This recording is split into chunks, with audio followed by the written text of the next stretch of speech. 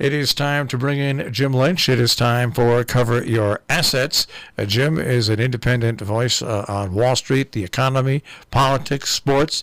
He brings well over 40 years of experience to those subjects. More than 40. That's right. Ladies and gentlemen, here he is, the voice of Thanksgiving, Jim Lynch. The voice of... Well said, because that's how I begin. It is that time of year for us to kind of cozy up with our family and remember the great gifts we have in America.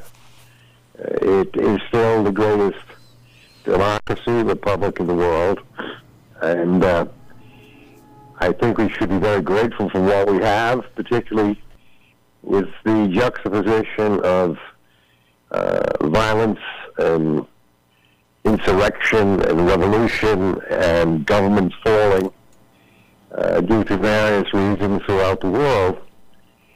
We have a unique challenge right now at this Thanksgiving time to show our gratitude for what we have in terms of our freedom.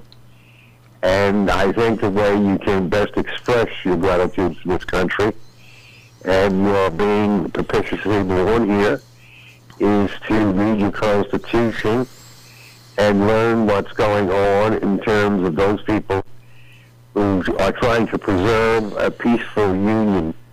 We are watching our government in action, and as it is dealing with a president who has said that he is above the law and is very much a king rather than a leader of our people.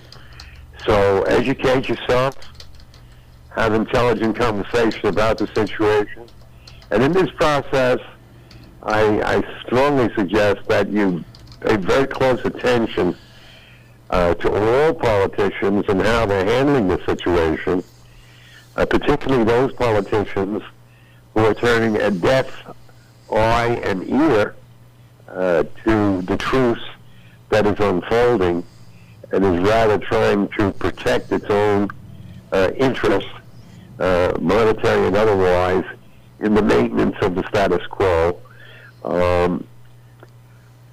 I just was talking to a good pal and cited the Marquis de Lafayette, which is a French nobleman who came to America as we were revolting against the British. And he came to fight on the side of the revolutionary forces. He was a very, very prominent helper of those in our revolution. He was very ensconced in America. In fact, he named children after George Washington. And he's actually buried under dirt from the famous Bunker Hill battle. Interesting story. He was at a dinner party where the brother of the current King of England at that time, which was beginning to have its own problems, and the brother said, you should go to America and help those people because what my brother is doing is unfair to them. So as a young 19-year-old, he took up the challenge and went and became a very vigorous force as we fought for our freedom and our revolution. And as you'll notice in the Constitution, it clearly provides for the avoidance of a monarch or a king or anybody who claims undisputed power over the subjects, citizens of our country, and rather by having three forms of three ideas of government, the executive branch, the congressional branch, the judicial branch, a separation of power is created to ensure that we do not fall into the abyss of monarchy or dictatorship. So you should read that story. It's fascinating history-wise, but please read your Constitution. It's a very simple, straightforward document. And if you have to discuss anything politically at Thanksgiving, you can certainly use that as a frame of reference. I wish you all, and I have more to say, as you can imagine, a very peaceful, enjoyable Thanksgiving, hopefully a celebration, and if indeed there are folks who are dug in on one side or the other, or any side, I think it's time for us all to just lay back and get into the spirit of being together and less being apart. Now, you talk about Thanksgiving, about us all being together, Yes. and Jim, I want to take people back in time because Thanksgiving is a time where we try to think about the best in everybody, but this country is not always focused on that. I mean, this country has a very checkered past in its evolution as a democracy, and there's something that was never taught in schools, never mentioned in grammar school, high school, colleges. And I want to take people back to 1921, the Tulsa race riots. And the reason I bring this up on Thanksgiving is I want people to understand that however far we've come and however far we have to go, never ever to forget where we were. People talk about never ever forgetting the Holocaust, but you can't. They forget all the time. But this is not even forgetting. Because this was never taught in American history, any place. People should go back and Google the Tulsa race riot. And the reason I bring this up is HBO started a new show called The Watchmen, and it's based on the comic strip, graphic novel, the comic strips from Marvel when they first started. And I was a big Marvel fan. And I always thought that was fiction. They started off this new series with the Tulsa race riots, and you should see how many people have written in to say that never happened in American history, and it did, and it happened in Tulsa, Oklahoma. There was a black section of Tulsa, Oklahoma, which was called the Black Wall Street, the most upscale, high-income one of the neighborhoods in the country. White people organized and attacked it by air, yes, and dropping incendiary devices. 300 black Americans were killed. 800 were seriously injured. And this is something that never showed up in our history books. And I bring it up because I want people on Thanksgiving and as you head into the holidays to understand that as where we stand right now, we are at a very fragile place in time with how this country is split, and people should remember. People should understand that there's a history. Not only the Civil War, but we have a history of fighting wars amongst ourselves. Right. Never mind the rest of the world. Ourselves. Right. And this and is it's something. an evolution. When I say evolution, it's you need to know what happened in the past to know where you are in the present. But it needs to be taught in the schools as well. There's a ton of stuff that needs to be taught in schools, and the whole notion, sponsored by government, essentially, that people, and the universe at this juncture, that people should be a la carte. They should have a la carte. You can choose what you want to know and the bits that you want to know about it, and there's nobody. It brings me back to something that happened yesterday or 2 days ago in the ball game, the Redskins game. Did you talk about that? Listening. No, and Marshall too. But he and I haven't spoken about this. The quarterback who missed the final play of the game because he was taking a selfie with the crowd. Yeah. With one particular guy, and his view was like I was excited, and the guy's view he was taking the selfie with was my first NFL game, so like it's really okay to do. And Joe Theismann came out and he said, really, that's not cool. I'm paraphrasing, that's not cool.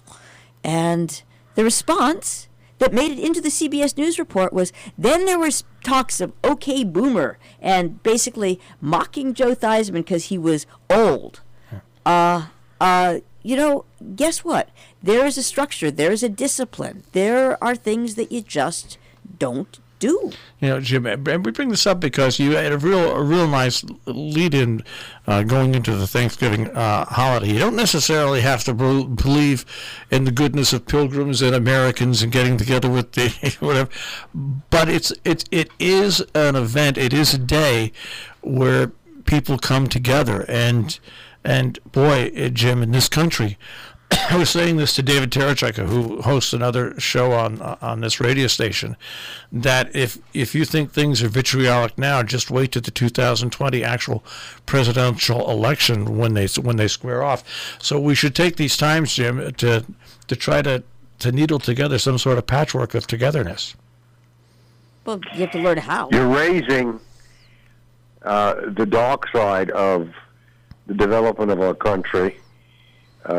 Is so incredibly important. I've had this conversation as I've learned more and more about things like Tulsa and in Texas, where black people would be shot and killed and white people would come in and take their land. Going to where we've been, as faulty and terrible as it is really not a negative. It's a positive. It's an eventual positive for our society. I think one of the reasons why we have such bigotry and racism in this country is because we have never allowed our young people to be educated to what was going on in terms of unfairness to various races and religion. And in the process, society, certain portions of it, developed anathema for minorities and looked down upon them and thought they were to be made fun of. And a lot of that was created by there not being facts to indicate, as you have in the Tulsa story, as to what has happened in this country. Now, we have not solved those problems, obviously. We do, however, have come a long way in terms of giving women the right to vote. Very interesting. The women were given a right to vote after black men, to show you the disjointedness of what has gone on. But that said, the problem we have in our country right now, one of the main problems, is we are no longer, as an overall society in the United States of America, well educated, not just to build a machine or do a scientific study, but to be a human being standing up for principle and truth and being an equal opportunity citizen in terms of, well, gee, what's going on? Why is this happening? Rather than allowing a prejudice to come in. I saw it in the Navy, which was some time ago, the prejudice against me as a New Yorker, and my friend Jack Cooper, a furrier of Queens, who I met in the Navy. Oh, my God, I remember this tall guy from North Carolina. You New Yorkers, you guys are terrible. You guys are this, that, and the other thing. Now, that was white on white, okay? But it's indicative of what has been transpiring. Now, we've gotten beyond so much of this stuff through legislation and great patriots coming forward. One I think of is Lyndon Baines Johnson, who unfortunately is much too remembered for Vietnam and less remembered for the civil rights legislation that he put through. And Richard Nixon, who was a man who was, as we know, so almost impeached with the work that he did, actually, in the racial area, in the education area. And on it goes. We do have many people who have stepped forward who are less than perfect, who have done things in trying to help perfect who we are as a people. So, yes, it would be lovely if within families or friends you were able to meet halfway and discuss something like Tulsa, Oklahoma, and what might have happened as a result of that. Might have, because we don't have enough information going forward to weigh the effects, other than the racism and the ethnicity problems that we do have.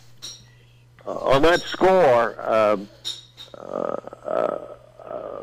the Queen Bee sent me an article regarding the anti-Semitic problem in Britain, which I'm really not very well versed in. But apparently the Labour Party has had its problems in dealing with anti-Semitism. And I said, my goodness, well, at least they're speaking out about it. Jewish rabbi of many of the orthodoxies there came out with this. But then I fast-forwarded to Stephen Miller, who is a confidant of President Trump. And he is a Jewish person, but I think he's an anti-Semite, actually. 100 Democrats have voted that he should resign. The Republicans are numb or glum or not doing anything. These are things we've got to be paying attention to now, that bigotry, racism is being used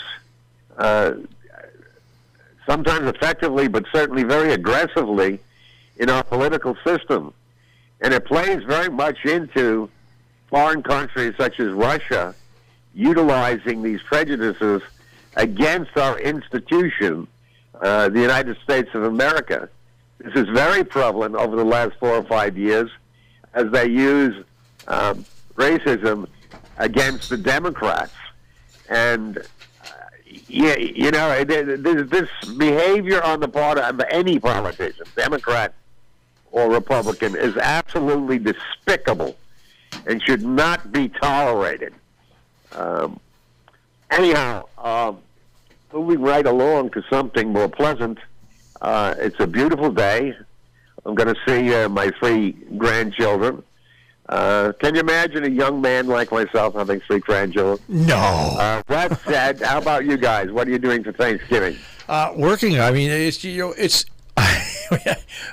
entrepreneurial spirit. Okay, when you create a business, and when Joe and I created this, we knew full well that it was going to be a 7-day a week because it's just an integral part of your life. So we'll be working, but we'll be also celebrating Thanksgiving by having turkey and stuff like that. But it's one of the joys of I've always enjoyed working in broadcasting, but one of the joys of truly having a partner and then going out and putting forth what our ideas are to help the community and to inform the community somehow makes the holidays even more important, because Jill and I are always in here for all the holidays because because you're giving back, and I want to that's it, and it's not just us, and not enough credit is given to the people who work on holidays, the caregivers, hospital staff, public, law police, enforcement, the military. I mean, it's like, oh, well, everybody's home. Well, you know what? They're not, and they deserve as much credit as the rest of us for just getting up, because it's a day. And I actually have to say, and this isn't about the military or anything, but there'd be a lot of people who are really upset if they couldn't get their Dunkin' Donuts that day. Well, Jim, it's one of those holidays where there's people running power plants. There's people. There's people making sure that the electrical grid is fine. The traffic lights work in the cities. In the rest stops along the way, in the Jersey Turnpike, and they're at work. And that kind of brings the idea of Thanksgiving even more together in our minds. And I think that most people who work on these holidays is that it shows that it truly does take everybody being committed to making everybody's life a little easier. Exactly. I catch your joy very frequently as you do the show over the years, and it's one of giving back. It's one of sharing. And I think, frankly, you guys just become bigger and make a lot of people around you listening to you bigger by not just you're giving certain information, but you're willing to share it and develop it. I think your listeners always catch on to that and realize whatever they're hearing, they're given what you're giving them in the spirit of going for the better, improving, having that laugh, appreciating life. So I think we all, starting with me, thank you, Jill and Marshall, for this incredible work you've been doing. Certainly on this show for 11 years, and in your lifetime of achievement. It does make our world a better place when folks like you do what you do. And I know I am very appreciative of given the opportunity to share certain things with you, and certainly mostly share what I think is good information and sometimes a self-deprecating joke or two. Well, happy Thanksgiving to you and your family, Jim. And to you and yours. We're going to do fine. USA. Have a good one. Take Bye-bye. care. Jim Lynch, and Cover Your Assets here on Robin Hood Radio.